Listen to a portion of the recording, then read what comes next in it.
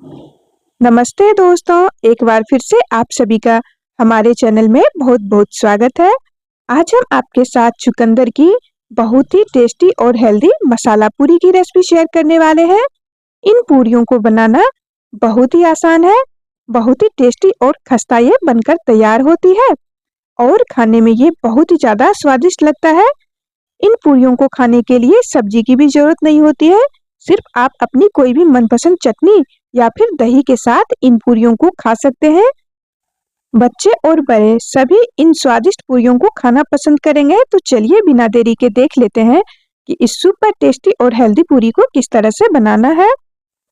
यहाँ पर हमने 3 छोटा साइज का चुकंदर लिया है। इसे अच्छे से पहले धो लीजिएगा। धोने के बाद इसके आगे और पीछे के इस हिस्से को काट कर हटा देना है और अच्छे से इसे छील लीजिएगा। थोड़े छिलके इसके मोटे और सख्त होते हैं, तो आराम से इसे धीरे-धीरे करके सभी छिलकों को हटा लेना है।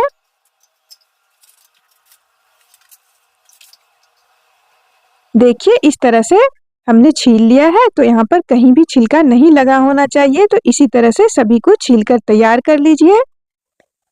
देखिए यहाँ पर हमने चुकंदर को अच्छे से छील लिया है। अब इसे इस तरह से छोटे-छोटे टुकड़ों में काट लीजिए। तो टुकड़े आपको जैसे मन हो उस तरह से काट कर तैयार कर सकते हैं। यहाँ मैं 4 लोगों के लिए पूरियां बना रही हूँ, तो उस हिसाब से चुकंदर लिया है।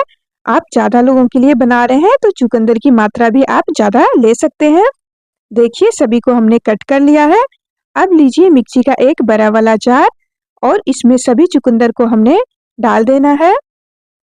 साथ ही इसमें जाएंगे थोड़ा सा अदरक का टुकड़ा और 3 से 4 हरी मिर्ची डाल दीजिए और साथ ही इसमें जाएगा 1 पोट लहसुन। लहसुन के छिलके को हटाकर डाल दीजिए और यहाँ पर हम थोड़ा सा धनिया पत्ता डाल रहे हैं। धनिया पत्ता को अच्छे से धोकर और डंडियों के साथ ही डाल दीजिए और इसमें जाएगा आधा छोटा चम्मच सौंफ, आधा चम्मच ही साबुत धनिया डाल दीजिए और यहाँ पर आधा छोटा चम्मच हमने जीरा डाल दिया है और यहाँ पर हम 1/4 छोटा चम्मच काली मिर्च भी डाल दिए हैं।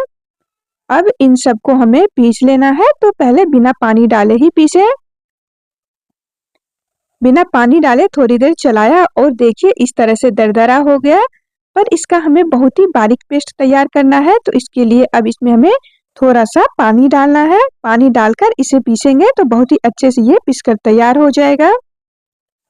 पानी बहुत ही ज़्यादा नहीं डालिएगा, सिर्फ 2 चम्मच डालना है और फिर से मिक्सी को बढ़िया से चलाकर और देखिए इस तरह से हमें गाढ़ा सा पेस्ट चाहिए।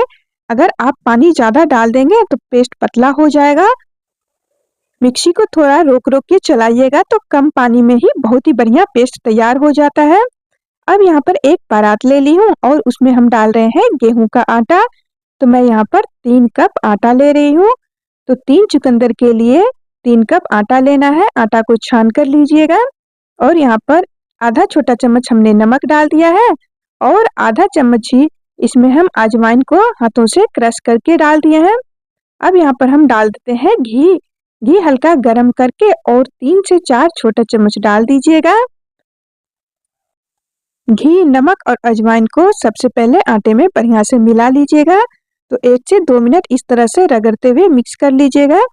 हमने मिला लिया है और अब इसमें हम डाल रहे हैं ये चुकंदर का जो पेस्ट तैयार किया था वो। तो मिक्सी के जार में जितने भी लगे हैं सभी को हाथों से पोंछकर और इसमें डाल दीजिए और अभी पानी नहीं डालना है। बिना पानी डाले हुए ही इसे हमें गूंदना है। तो देखिए बिना पानी डाले ही चुकंदर के पेस्ट के साथ आटा हमारा अच्छे से मिक्स हो गया है। तो हमें थोड़ा सख्त आटा गूंदकर तैयार करना है।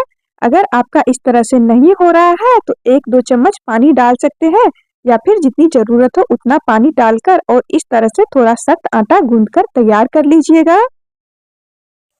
लगभग 15 मिनट के लिए हमने गूंदने के बाद इस डो को ढककर रख दिया था और 15 मिनट बाद फिर से इसे एक बार इस तरह से अच्छे से मिला लीजिए ताकि हमारी पूरियां बहुत ही अच्छी नरम बनकर तैयार हो।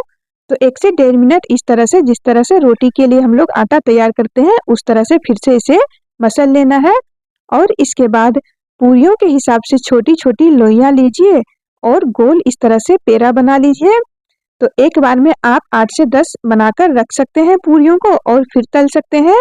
तो ये सूखता नहीं है, बहुत ही आसानी से बनकर तैयार हो जाता है।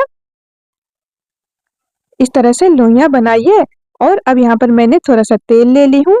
लोइयों में हल्का हल्का तेल लगाइए और चोखले और बेलन पर भी तेल लगा लीजिए ताकि ये चिपके ना।